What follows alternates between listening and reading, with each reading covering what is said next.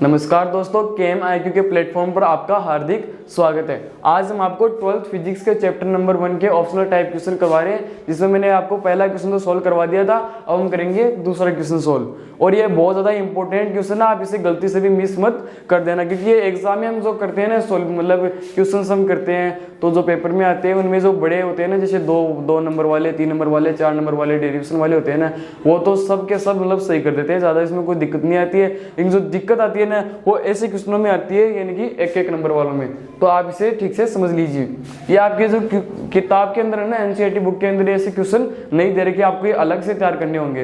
तो मैं आपको जो केएम आईक्यू के प्लेटफॉर्म के द्वारा आपको ये वाले जितने भी क्वेश्चन होंगे ना, जो ऑप्शनल टाइप क्वेश्चन, पहले चैप्टर, दूसरे चैप्टर, तीसरे चैप्टर, चौथे चैप्टर, कोई से भी चैप्टर के मिलने में, जो 14 चैप्टर है ना हमारे फिजिक्स के, 12th फिजिक्स में, तो सारे चैप्टरों के आपको जितने संभव हो सकते हैं उतने क्वेश्चन सोल्व करवाऊंगा। तो आप वीडियो कर दीजिए लाइक एंड चैनल कर दीजिए सब्सक्राइब। अब चलते हैं हमारे क्वेश्चन पे। क्वेश्चन में मैं दे रखा है कि दो आवेश +2 माइक्रोकूलम और +8 माइक्रोकूलम 1 मीटर की दूरी पर स्थित है।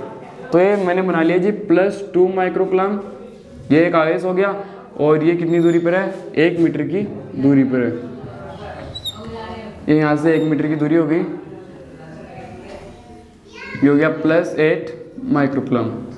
ओके, आगे क्या प्रश्न में दे रखा है? हमें इतने दे रखा है कि +2 माइक्रोकूलम और +8 माइक्रोकूलम 1 मीटर की दूरी पर स्थित है। इसके आगे दे रखा है, इनको मिलाने वाली रेखा पर +2 माइक्रोकूलम आवेश से कितनी दूरी पर विद्युत क्षेत्र की तीव्रता का मान शून्य होगा। यानी कि हमसे यह पूछ रहा है कि जो +2 माइक्रोकूलम आवेश है ना, इससे कितनी दूरी पर, यानी कि जैसे मैं दूरी अक्ष मान लीजिए, ये अक्ष दूरी पर, या फिर मैं ऐसे क्वेश्चन को पढ़ लो आप कि +2 माइक्रोकूलम आवेश से कितनी दूरी पर विद्युत क्षेत्र की तीव्रता का मान शून्य होगा। तो मैंने मान लिया कि इससे अक्ष दूरी, जैसे ये वाला बिंदु है, यहाँ पे P बिंदु मान लिया मैंने, यहाँ पे अक्ष दूरी पर क्या है, विद्युत क्षेत्र की तीव्रता का मान, यानी इनेट जो लगेगा दोनों का मिला के, यानी ये वाला जो 8 माइक्रोकूलम आवेश है ना, ये वाला प्लस जो आवेश होता है, +Q आवेश होता है, उसकी क्या प्रकृति होती है, यानी जो विद्युत क्षेत्र रेखाओं के अनुसार जैसे कोई प्लस आवेश होता है तो वो क्या करता है कि जो किसी भी आवेश को क्या करता है, अब धकेलता है, या फिर जो +Q आवेश होता है उसके अंदर विद्युत क्षेत्र रेखाएं आवेश से निकलकर अनंत पर जाती हैं। तो ये तो आप चैप्टर नंबर 1 में जो विद्युत क्षेत्र रेखाओं के गुण पढ़ेंगे उसके अंदर आप समझ आएंगे। तो अब चलते हैं हमारे क्वेश्चन पे। तो ये वाला जो आवेश है 8 माइक्रोकूलम, ये वाला आवेश, ये जो इस तरफ बल लगाएगा, अपना कूलम बल लगाएगा, और ये वाला जो +2 माइक्रोकूलम है, ये वाला इस तरफ बल लगाएगा। तो यानी कि इन दोनों का बल एक बिंदु ऐसा प्राप्त होता है हमें कि जो ये इनेट लगता है ना, यहाँ पे P बिंदु पर, जैसे मैंने मान लिया इनेट कितना होता है, 0 होता है। तो मैं यही पूछा गया है कि कौन से बिंदु पर ये हमारा इनेट जो है वो 0 होगा, कितनी दूरी पर होगा। तो ये मैंने मान लिया अक्ष दूरी पर। अब ये 1 मीटर की दूरी है, ये वाली अक्ष है, तो ये वाली कितनी हो जाएगी बिंदु P की 8 माइक्रोकूलम आवेश से 1 माइनस अक्ष हो जाएगी। पूरी में से हम अक्ष को घटा देंगे तो क्या आ जाएगी, इसकी दूरी आ जाएगी। अब ये देखो, ये 8 माइक्रोकूलम है, या फिर ये 2 माइक्रोकूलम ले लो पहले। ये वाला आवेश बिंदु P पर इस तरफ बल लगा रहा है, ये कौन सा है, यानी बल लगा रहा है, मतलब कौन सा विद्युत क्षेत्र लगा रहा है, E1 मान लिया मैंने। अब ये 8 माइक्रोकूलम है, ये भी कोई बल लगाएगा, यानी कोई विद्युत क्षेत्र प्रदर्शित, मतलब विद्युत क्षेत्र उत्पन्न करेगा। वो किस तरफ कर रहा है, E2 की तरफ। ये E2 मान लिया मैंने, इस तरफ दोनों की डायरेक्शन हमने दर्शा दी है।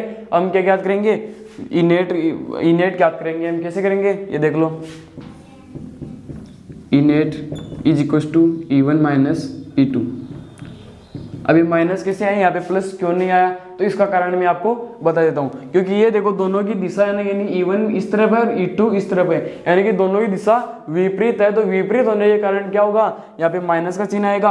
अगर यहाँ पे देखो ये +8 माइक्रोकूलम आवेश है, यहाँ पे अगर ये होता है ना -8 माइक्रोकूलम, तो यहाँ पे जो ये E2 की डायरेक्शन होती है वो किस तरफ होगी, यानी कि जो माइनस जो आवेश होता है वो अनंत से अपनी आवेश की ओर क्या आती है, विद्युत क्षेत्र रेखाएं आती है।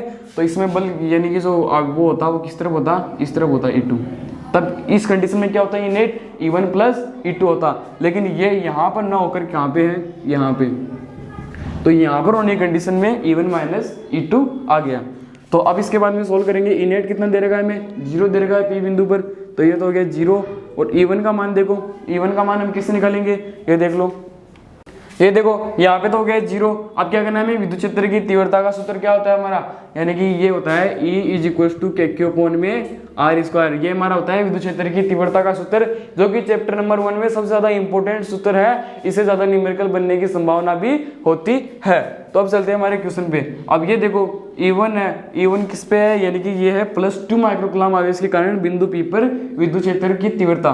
तो ये E1 है, तो E1 हम कैसे निकालेंगे, K Q1 अपॉन में R1 का whole square minus K Q2 upon में R2 का होल स्क्वायर। अब ये देखो यहाँ पे Q1 और R1 क्यों लिया है मैंने, क्योंकि देखो दोनों आवेश भी अलग अलग है, यानी ये आवेश है Q1, ये है Q2, और दोनों की दूरियां भी अलग अलग है, यानी बिंदु P से इसकी दूरी तो है अक्स, और बिंदु P से 8 माइक्रोकूलम आवेश की दूरी कितनी है, 1 माइनस अक्स, इसलिए मैंने इसको R1 मान लिया और इसको मैंने R2 मान लिया।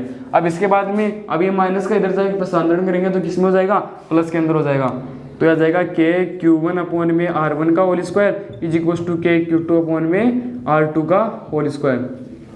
अब इसके बाद में क्या करेंगे, अभी देखो K से तो K कट जाएगा क्योंकि ये दोनों बीच में इक्वल का चिन्ह है और दोनों सेम है, दोनों का मान वैल्यू सेम होती है। यह K नियतांक जिसकी वैल्यू कितनी होती है, 9 × 10⁹ 9।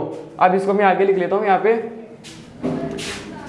Q1 अपॉन में R1 का whole square is equal to Q2 upon में R2 का होल स्क्वायर। अब इसके बाद में देखो Q1 का मान कितना है, 2 है, ये देखो Q1 का मान 2 है और इसकी दूरी देखो कितनी है, बिंदु P से अक्स है, तो 2 अपॉन में क्या जाएगा, अक्स का whole square is equal to Q2 का मान देखो 8 माइक्रोकूलम यानी 8 है, और 8 माइक्रोकूलम की बिंदु P से दूरी कितनी है, 1 माइनस अक्स, तो यह जाएगा 1 माइनस अक्स के होल स्क्वायर। फिर 2 को इसमें भाग देंगे तो कितना आएगा, 4 आएगा। फिर इसके बाद में इसे अगर हम मतलब वज्र गुणन करेंगे, यहाँ पे लिख देता हूँ मैं, वज्र गुणन करने पर,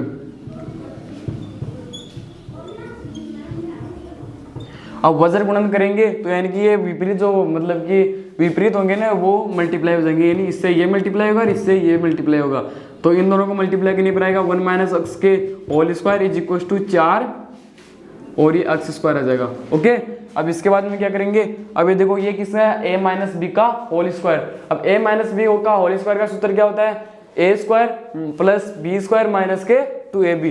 तो मैं यहाँ पे क्या आ जाएगा, ये a है ये b है, तो ये क्या आ जाएगा, a का square plus x square plus sorry minus के 2 × 1 × x is equal to 4x square आ जाएगा हमारा। ओके, यानी कि हमने कुछ भी नहीं किया, बस इसको कोष्टक को सोल्व किया है, स्क्वायर का सूत्र लगाया है मैंने बस। अब इसके बाद में क्या करेंगे, इनको सोल्व कर लेते हैं, तो ये 1 प्लस अक्स स्क्वायर माइनस के 2x is equal to 4x square आ गया। अब क्या करेंगे, अभी इस अक्स स्क्वायर को मैं इस तरफ स्थानांतरण कर रहा हूँ, तो यह जाएगा 4x स्क्वायर माइनस अक्स स्क्वायर। अब माइनस के 2x को भी इधर पक्षांतरण करूंगा तो ये प्लस के 2x में आ जाएगा, और 1 को इधर पक्षांतरण करूंगा तो ये माइनस के 1 आ जाएगा, और इधर क्या बच जाएगा, 0 बच जाएगा। समझ में आ गया ना। अब इसके बाद में अब 4x स्क्वायर में से x स्क्वायर घटाएंगे तो 3x स्क्वायर आ जाएगा, और 3x square plus 2x minus 1 is equal to 0। ये वाले में एक समीकरण प्राप्त हुई है, 3x square plus 2x minus 1 is equal to 0। अब ये किस प्रकार की समीकरण है, ये एक द्विघात समीकरण है। अब इस द्विघात समीकरण को हम सोल्व कैसे करते हैं, इसे हम 2-3 प्रकार से सोल्व कर सकते हैं, जैसे श्रीधर आचार्य प्रमेय के द्वारा या फिर हम गुणनखंड के द्वारा। तो ये गुणनखंड के द्वारा इजीली सोल्व हो सकती है। अब गुणनखंड विधि के द्वारा अगर आप मतलब आपने 9th में पढ़ा होगा, 8th में भी पढ़ा है और 10th में भी पढ़ा है और 11th में भी पढ़ा होगा आपने, तो ये वाली जो प्रमेय है मैं आपको डायरेक्ट बताता हूँ, लेकिन आप अगर भूल गए हो तो दोबारा देख लो।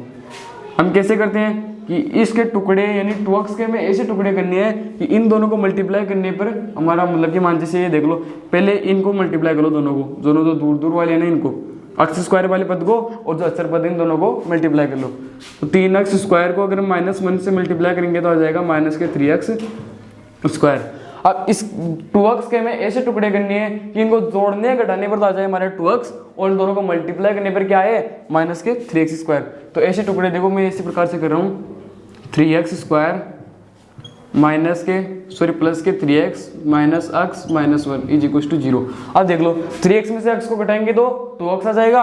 अब इन दोनों को मल्टीप्लाई करने पर क्या आएगा, माइनस के 3x स्क्वायर, यानी जो हमने गुणनखंड किया वो सही किया है। अब इसके बाद में करते देखो, अब ये आ गया तो इसके बाद में इसमें 3x कॉमन ले लेता हूँ मैं, जो कॉमन आ रहा है वो ले लो, तो इसमें 3x आ रहा है, तो 3x और x प्लस 1 आ जाएगा यहाँ पे, यानी 3x इसमें से कॉमन लेंगे तो यहाँ पे x बच जाएगा और इसमें से कॉमन लेने पर 1 बच जाएगा।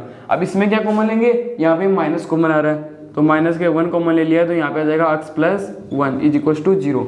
अब इन दोनों में कॉमन क्या आ रहा है, ये एक पद तो ये वाला हो गया और एक पद ये वाला हो गया, इन दोनों में x प्लस 1 कॉमन आ रहा है, तो मैं यहाँ पे लिख देता हूँ x प्लस 1।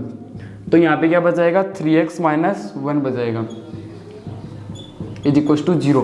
अब एक बार तो इस पद को 0 के बराबर कर लेंगे और एक बार इसको 0 के बराबर कर लेंगे, तो दोनों को करके देख लेते हैं। तो ये कर लेते हैं यहाँ पे, तो x प्लस 1 को हम 0 के बराबर करेंगे तो x का मान क्या आ रहा है, माइनस के 1 आ रहा है।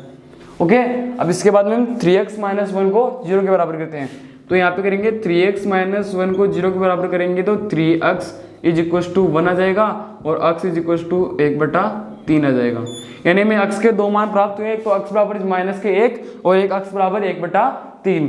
तो ये वाला देखो x के बराबर माइनस के 1 तो इसमें ऑप्शन में नहीं दे रखा है। अब हमें जो हमें अगर दो मान आ जाए ना x के, तो हमें जो ऑप्शन दे रखे है उसके टाइप से आंसर देना है। तो ऑप्शन में देखो 1/3 दे रखा है, तो इसका आंसर क्या हो जाएगा, 1/3 हो जाएगा। अब जो भी आपके जो चैप्टर नंबर 1 में, 2 में और 3 में, यानी कि जितने भी 14 चैप्टर हैं उनमें जितने भी क्वेश्चन होंगे ना वो मैं आपको सोल्व करवाऊंगा। आप बस वीडियो को अंत तक देखते रहिए और जो भी मैं आपको वीडियो डालूँ ना उसको ज़्यादा से ज़्यादा देखते रहे, क्योंकि अगर आप इन वीडियो में अगर एक व्यू देंगे ना अपना, तो उससे आपको ही बेनिफिट मिलने वाला है, क्योंकि हम आपको जो ऑप्शनल टाइप क्वेश्चन है उसकी सारी की सारी तैयारी करवाएंगे। तो वीडियो कर दीजिए लाइक एंड चैनल को कर दीजिए सब्सक्राइब। तो मिलते हैं दोस्तों अगली वीडियो में।